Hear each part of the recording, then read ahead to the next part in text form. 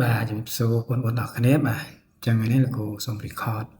អំពីការធ្វើអាវយឺតនៅក្នុង Corel Draw បាទដែលជា assignment របស់គ្រូដែលដាក់ឲ្យគ្នាយើងធ្វើបាទ assignment នេះមាន logo វាមានបង្កើត logo ខ្លួនឯងបង្កើតអាវយឺតដាក់អក្សរខាងក្រោយអាវយឺតហើយ logo ខាងមុខហើយនឹងការដាក់ dimension បាទដាក់ទំហំ logo ហ្នឹងបាទ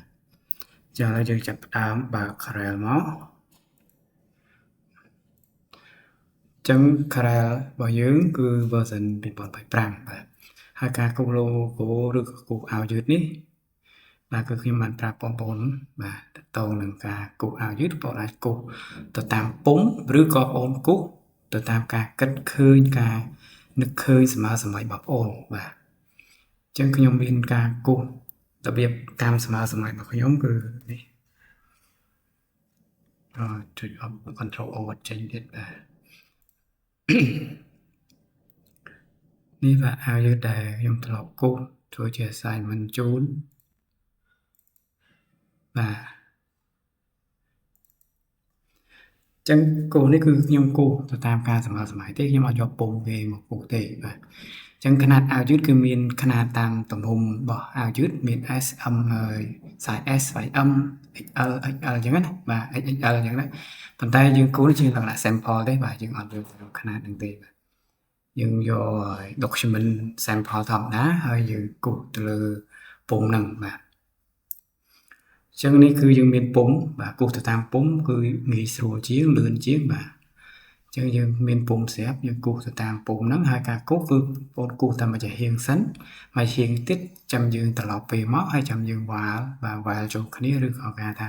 combine ចូលគ្នាសាច់អាវមួយចំនួនសាច់កសាច់អាវហើយគឺយើង combine យកគ្នាបានបាទអញ្ចឹងបងគូសមួយចំហៀងបានណាបាទហើយយើងអត់គូសតាមទំហំដែលមាននេះទេបាទគឺយើងគូសជាលក្ខណៈ sample ធម្មតាទេបើគូសតាមទំហំកុំព្យូទ័រខ្លះយើងអាចវា slow បាទព្រោះពេលខ្លះវាធំដែរបាទដល់ខ្ញុំយើងត្រូវបង្កើតធំទំហំប៉ុណ្ណាអាវយឺតបាទអញ្ចឹងយើងគូសជាលក្ខណៈ sample ទៅបាទអញ្ចឹងខ្ញុំយក document នេះគឺ18 pixel គ្រាន់តែ18 pixel បាទអញ្ចឹងចាប់ផ្ដើមគូសបាទគឺយើងអានេះគឺខ្ញុំធ្លាប់គូសហើយនេះបាទបាទតើមកយើងចាក់ពណ៌នេះចឹងឥឡូវខ្ញុំលុបអានេះចោលរបស់ខ្ញុំសិនយើងគូសបានមកចំហៀងមុខតើមកយើងឆ្នៃមកធ្វើជាចំហៀងក្រោយដែលមានកនេះបាទកហ្នឹងបាទអញ្ចឹងយើងចាក់ពណ៌ដៃពណ៌អីទៅតាមហ្នឹងបាទនេះចឹងនេះគឺជា vector ទាំងអស់បាទចឹងឥឡូវខ្ញុំលុបហ្នឹងចោលខ្ញុំចាប់ដើមគូសថ្មីគឺយកពុម្ពនេះជាគំរូបាទអញ្ចឹងជាដំបូងគឺយើងយក rectangle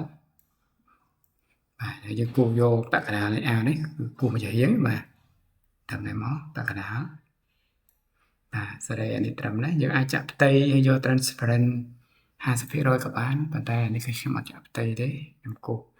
យក fill វាគឺអត់មានហើយយកតែ outline ទេបាទនេះ fill យើងចុចមកឆ្វេងណាយើងចុចទៅចុចលើពណ៌ណាឬក៏យើងចាប់ទាញចូលបានដែរតែពណ៌លើពណ៌ខៀវយើងចាប់ទាញមកចូលទៅចេញពណ៌ខៀវឬក៏យើងចុចលើនឹងក៏បានតើណាអានឹងយើងចុចមកឆ្វេងធម្មតាដើម្បីដូរពណ៌បាទឬក៏យើងនេះចុចនេះក៏បានឬក៏ចុច F11 ក៏បាន fill បាទចុច F11 សក់ខាត់បាទតែយើងគូសសិនយើងអត់ចាំបាច់ចាក់ពណ៌ទេហើយចំពោះ right click គឺយើងចាក់ពណ៌ outline នេះបាទចាំបងស្គាល់ពណ៌ outline ណានេះពណ៌លឿងគេ right click មកបាទហ្នឹងគេពណ៌ outline បាទអញ្ចឹងយើងយកតែ outline ពណ៌ខ្មៅធម្មតាទៅបាទហើយផ្ទៃយើងមិនបាច់យកទេចង់យកក៏យកទៅសាច់បងជាវិធីសាស្ត្រងាយក្នុងងាយស្រួលសម្រាប់បងបាទអញ្ចឹងខ្ញុំអត់យកផ្ទៃទេបាទអញ្ចឹងខ្ញុំគូសប៉ុណ្ណឹងសេរីប៉ុណ្ណេះមកពាក់កណ្ដាលអូខេហើយកន្លែងនេះគឺនេះនៅកន្លែងជ្រុងស្មានេះបាទបន្ទាប់មកបាទបងអាច convert rectangle ទៅជា curve ដើម្បី convert បងអាចចុច Ctrl Q ឬក៏ right click យកពាក្យ convert to curve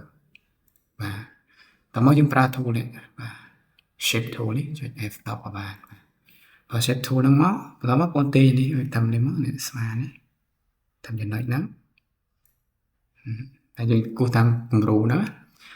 ហើយកន្លែងនេះគឺយើងត្រូវទាញចំណុចមួយយើងមិនអត់ទាញអានេះណាបាទទាញនេះវាមកដល់ទាំងអស់បាទអញ្ចឹងយើងអត់ទាញហ្នឹងទេ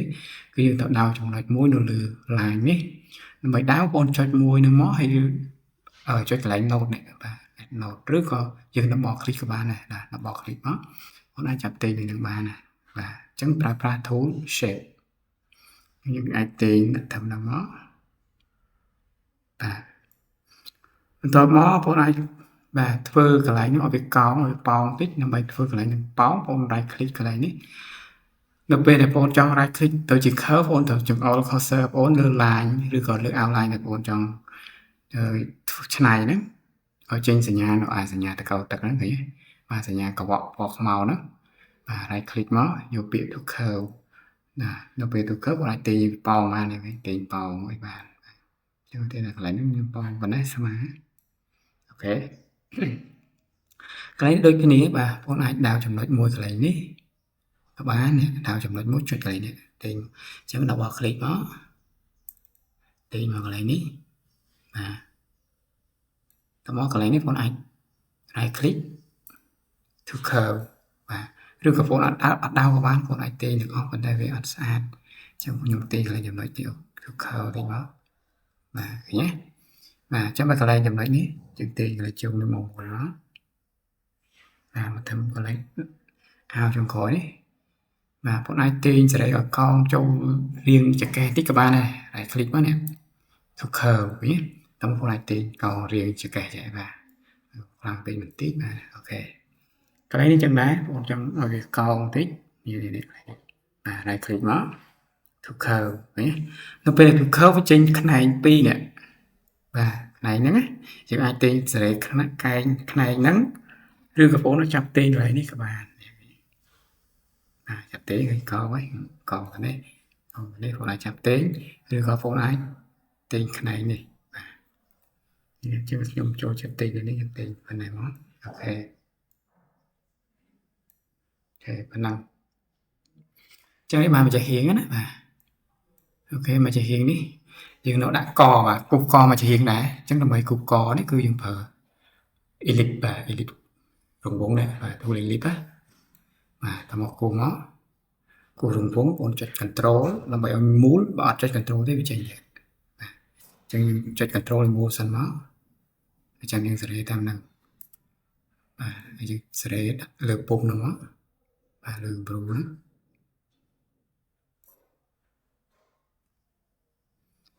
ចឹងមើលទៅហើយអត់ចំកដាលវាច្រត់នេះបាទ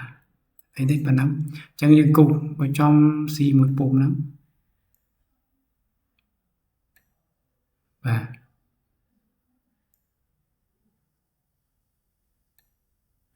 ទឬក៏ទេនេះបងចាប់ទេនៅចំកដាលចាប់ទេនេះតែlàចំណុចនេះចឹងបងដាក់ឲ្យវាចេញពាក្យថា quadrant បាទចាប់ទេមកចុចដាក់លើនេះលើឡាញយើងគូសមិញបាទយើងលើឡាញហ្នឹងវាត្រួតស៊ីគ្នាចំចំណុចហ្នឹងចំកដាលហើយសេរីទៅលើតិចវាស៊ីតមកបងទេវាទៅ8តិចមកដើម្បីឲ្យវាតាមនោះបាទ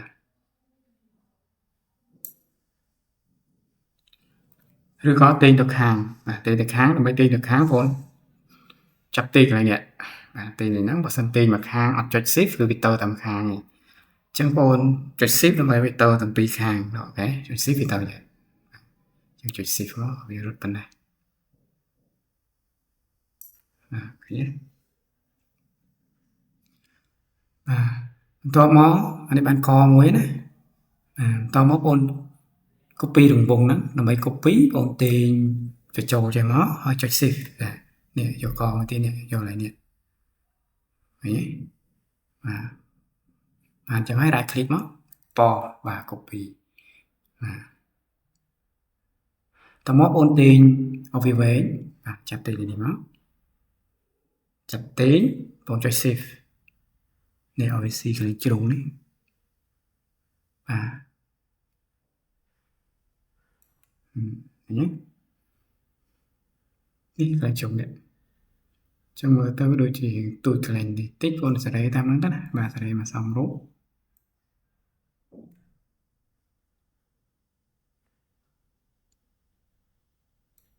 សារយើងគួរអត់សេនេះវាខុសបន្តិចនេះអត់អីបាទសេរីតាមហ្នឹង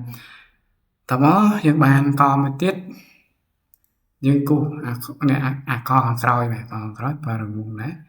បងចុច save មកបាទ copy ទៀតនេះតាមនេះមកតាមហ្នឹង right click មួយពណ៌បាទតមកចាប់ទាញចូលចាប់ទាញចេញទៅខាងចាប់ទាញចេញទៅខាងបងចុច save ដើម្បីឲ្យវាទៅម្ដងទាំងអស់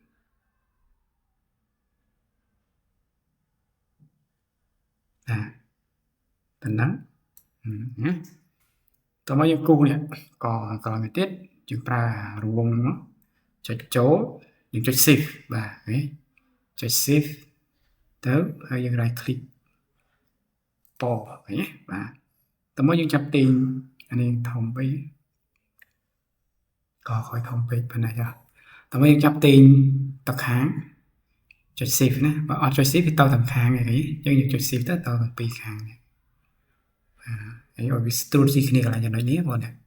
បាទចំណុចប្រសពគ្នានេះចំណុចប្រសពហ៎កន្លែងហ្នឹងកន្លែងនេះស្ទើរចំណុចប្រសពហ្វូនសេរីកន្លែងចំណុចនេះ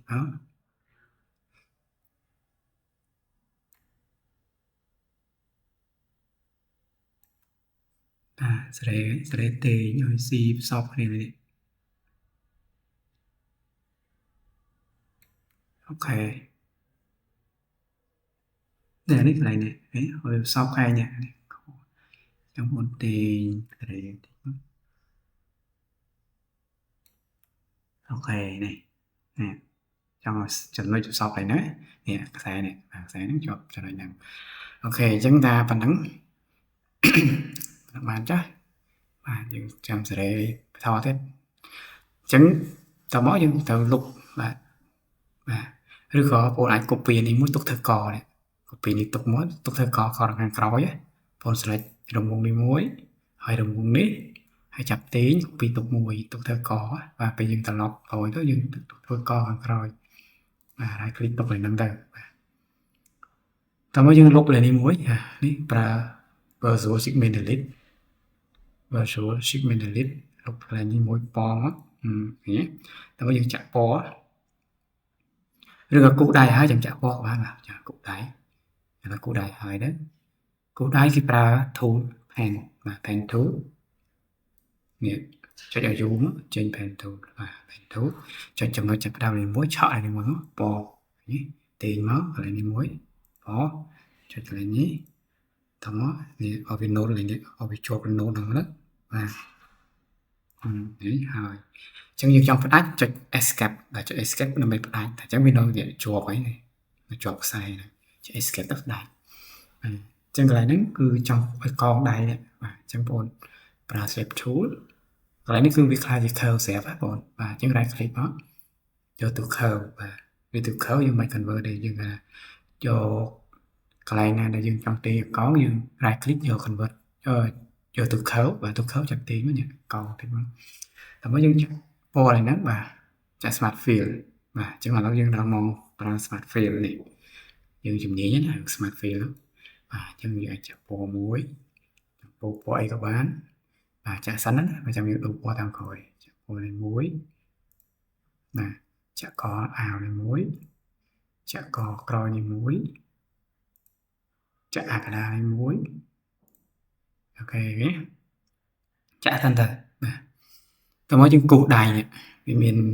ធ្នេអញ្ចឹងដើម្បីគូសធ្នេហ្នឹងបងប្រើ freehand tool free hand បាទចុចចំណុចចាប់ដើមមួយអូមកដាក់ចំណុចចាប់ដើមចំណុចចុងចប់មួយទៀតបាទអញ្ចឹងខ្លាចជាធ្នេបាទដើម្បីឆ្នៃធ្នេឲ្យតតដាច់នេះ style នៅលើនេះនេះហើយយកពណ៌សមកឬក៏យកពីពិសោទំហំវាហើយ right click ដើម្បីដូរពណ៌អូខេបងចង់ដាក់ពណ៌ទៀតដាក់ទៅបាទអញ្ចឹងអាកន្លែងធ្នេកន្លែងកចាំយើង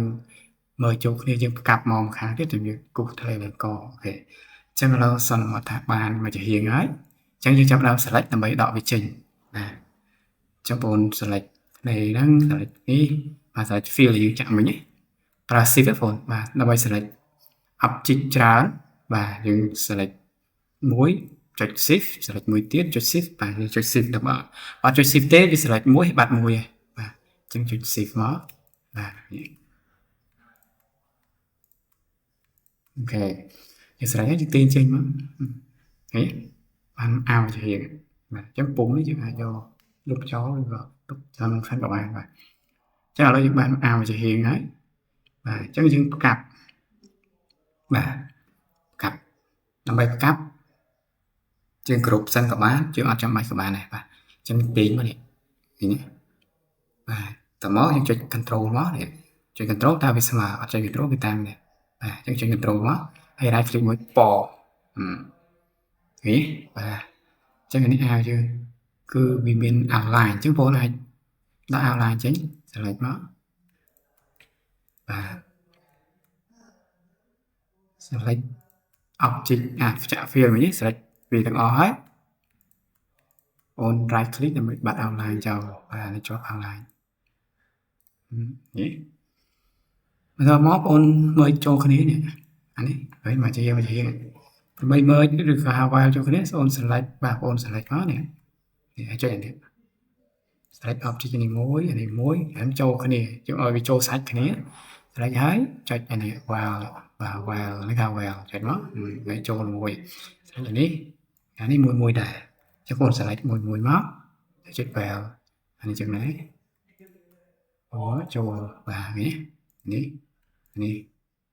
ចូលគ្នាបាទអញ្ចឹងខ្លាយតែមួយនេះខ្លាយវាចូលគ្នាទៅវាចូលសាច់គ្នាតែមួយបាទ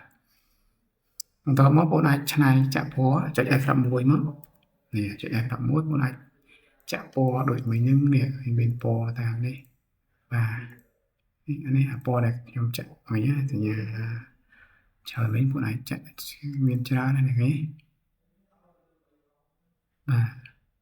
spider web មាននេះបាទយើងអាចឆ្នៃយកតាមឬលេងតែបងបាទ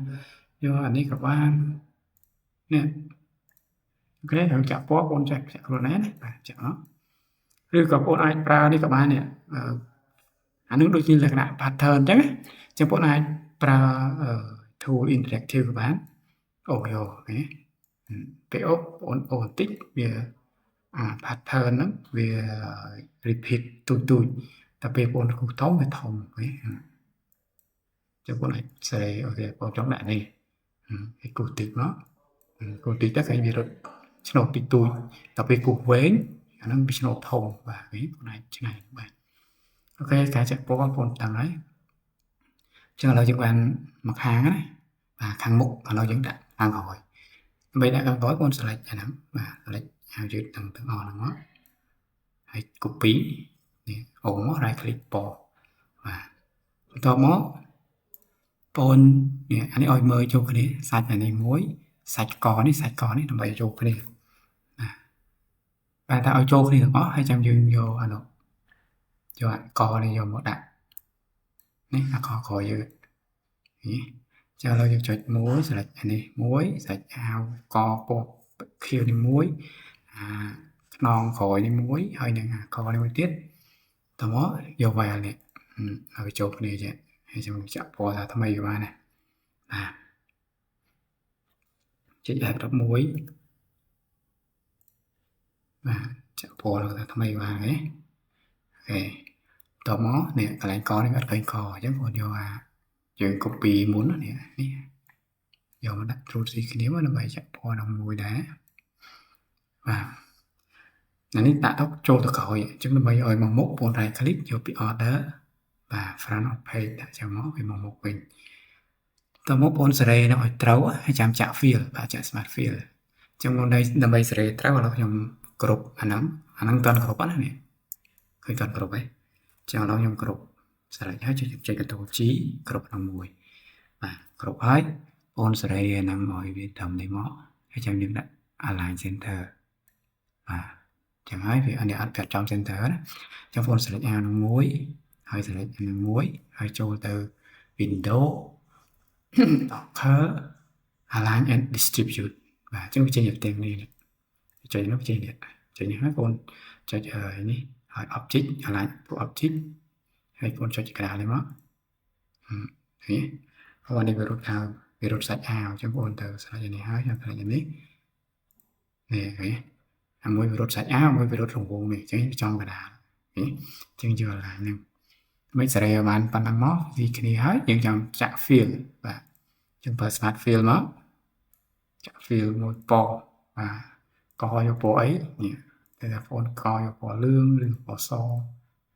ពណ៌បៃតងស្អីបងមើលបានកចាក់ fill ហើយជាអាពុកនេះយើងយកបោះចោលបានបាទអត់ចោលទេ